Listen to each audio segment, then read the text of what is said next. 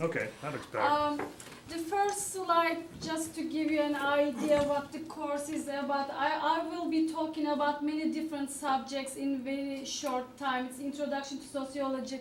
It ranges from deviance to religion, to education, social inequality, racial, ethnic relationships, gender relations, etc. So I listed several course objectives. So it's not a course with one objective. I have, for each class, I have different course objectives.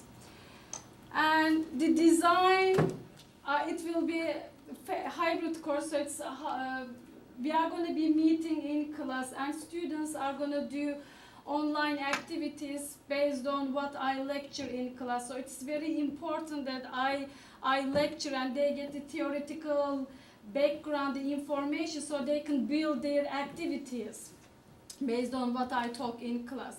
I am conceptualizing, I am thinking about student activities as web exercises, student-directed online discussions. Basically, I will assign students to start a discussion topic, and the classmates, they are going to interact with each other. And I'm going to prepare online quizzes, and at the end, based on class lectures and the exercises, they are going to provide short reports. One example, I was thinking a learning module, globalization, inequality and development. And the learning objective is learning about the concepts semi-peripheral and peripheral and core countries. And one of the activities, and they are going to do similar activities for each class. I'm going to provide them with different websites, and some of these websites, some of these websites, they have videos. So they have to download the videos and watch the videos. And websites, for example, one of them is World Bank website, and they have to click on World Bank website, and they have to read through the reports and stuff, and lots of statistics, demonstration, etc. So they are gonna get the information based on the web links I will provide them. And then the exercise, as an example, it's gonna be like visit the World Bank website. And then they are going to, as an assignment, they are going to write a description stating its mission, etc. And they are going to look through different countries and read the background, general background information. And then they are going to select one country that's of interest to them. And there, I'm going to ask them, based on the information they obtain from the web, they are going to provide a report regarding the indicators of global inequality, and these the life expectancy at birth, child mortality rates. It's not a comprehensive list, it's just to give you an ideas. And then they are gonna prepare the report and post it on Blackboard. And after posting the report on Blackboard, they are gonna start a discussion, solution discussion. What can be done to reduce global inequality? What can we do? So looking through different websites, watching videos, getting information, then preparing their report and posting it on Blackboard, and then starting an online discussion on a specific topic. So this is one web exercise I'm thinking. Quizzes. Again, for example, they have to visit American Enterprise Institute for Public Policy Research, get the information, and read a report. There are a variety of reports on this website. They have to read the report, and then they are going to answer the questions. For example, comparing United States to other countries on wage inequality, and discuss their findings. So this will make sure that they are on top of the readings. And then they are going to submit their response on Blackboard. So this is what I am thinking. As I said, I am learning. So this is very initial stages. I am exploring. I am learning. So I'm hungry for your feedback. So this is what I have so far. This is what I'm building on. So basically it's all on cases, right? Individual cases or individual topics, and they'll go through the process for each one of those individual cases. Yeah, but That's for the way it global works, right? inequality topic, And there will be similar cases for racial, ethnic inequality, gender inequality, but the nature of the exercises, online web exercises, I don't have the complete list of exercises now, but it will slightly differ based on the nature of the topic I am talking. Maybe for religion, it could be cases too. But for global inequality, this is the way I am thinking. Like I'm 90% sure that this is the way I'm gonna go. And I'm gonna model the other topics like this case studies for racial ethnic inequality across different countries, for example, the race relationships in Brazil, for example, versus in the United States, and discussions and stuff. But there could be some differences based on the nature of the topic.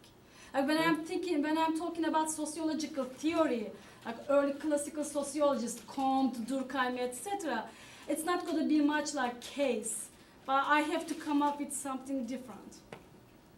Okay. Yes. Yes, I have just an idea about the assignment that you were giving on global inequality. Those are subjects, for example, in economics, that have been really developed a lot. And my concern is the timing or the time constraints for a winter session where we have actually less than 20 days, maybe 18 days, something like that. It might be extremely hard for students to go over the whole literature as you are, just letting them go and investigate papers and research on the web. I think that what might be done, the best way would be maybe you to go to find a set of paper, like 5 papers. And reports, for example, on the web? Yes, find something specific, and then tell student, you check whichever paper you like, read the paper and answer a set of specific questions. That's going to help them to focus. Is and it do like not just copy and paste the stuff. Is it what you are saying? Is it like online quiz here? I direct them to a specific website, but then I say read a report called Wage Inequality International Comparisons. So it's a specific report. So I direct them to a specific report on a website, and then answer the question. But maybe I may do that for web exercises as well, not only for quizzes, but for web exercises. Yeah, I'd probably be as specific as possible.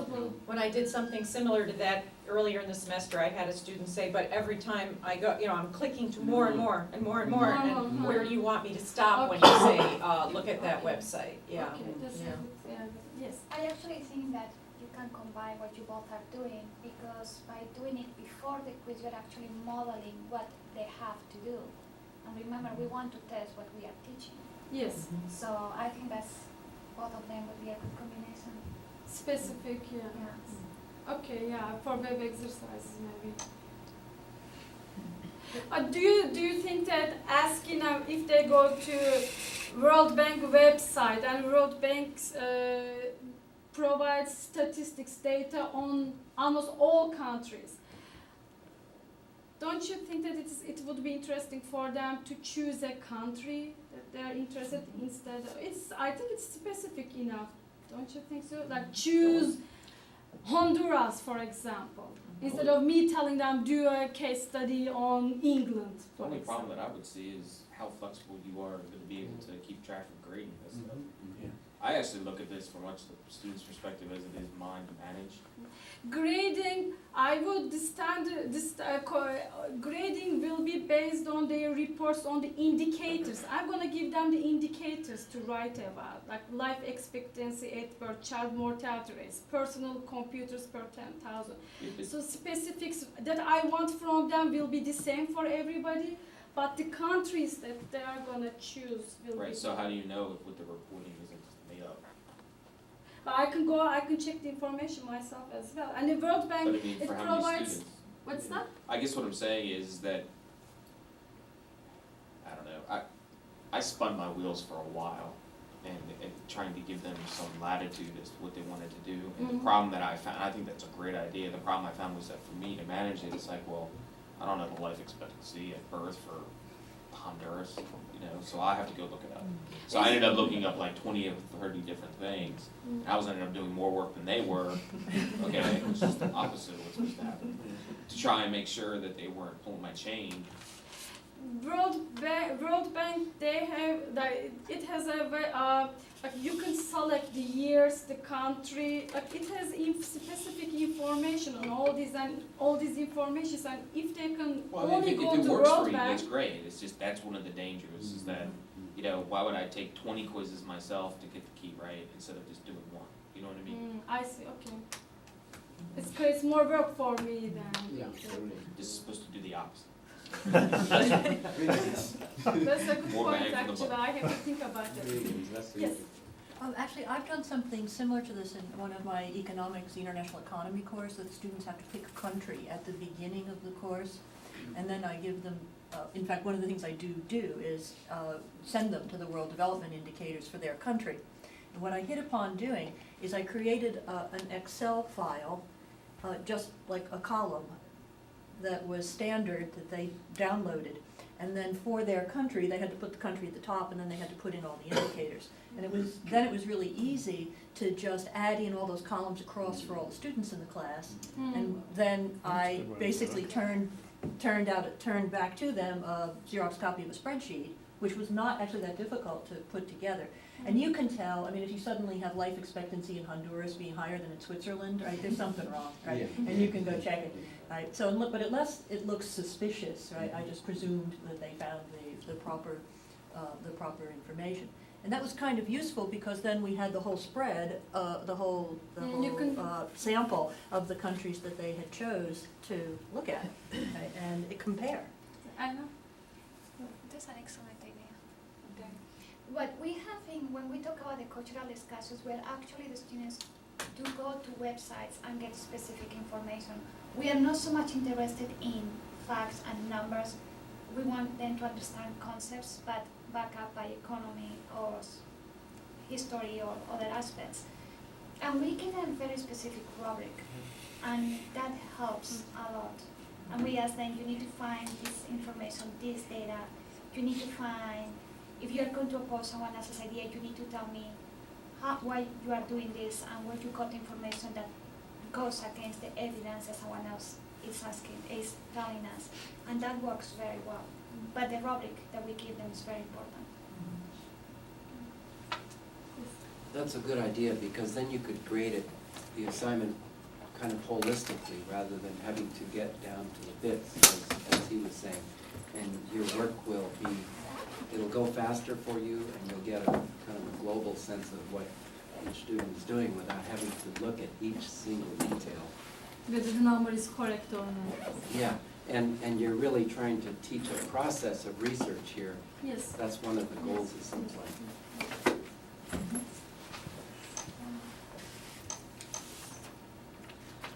Alrighty, thank you very much.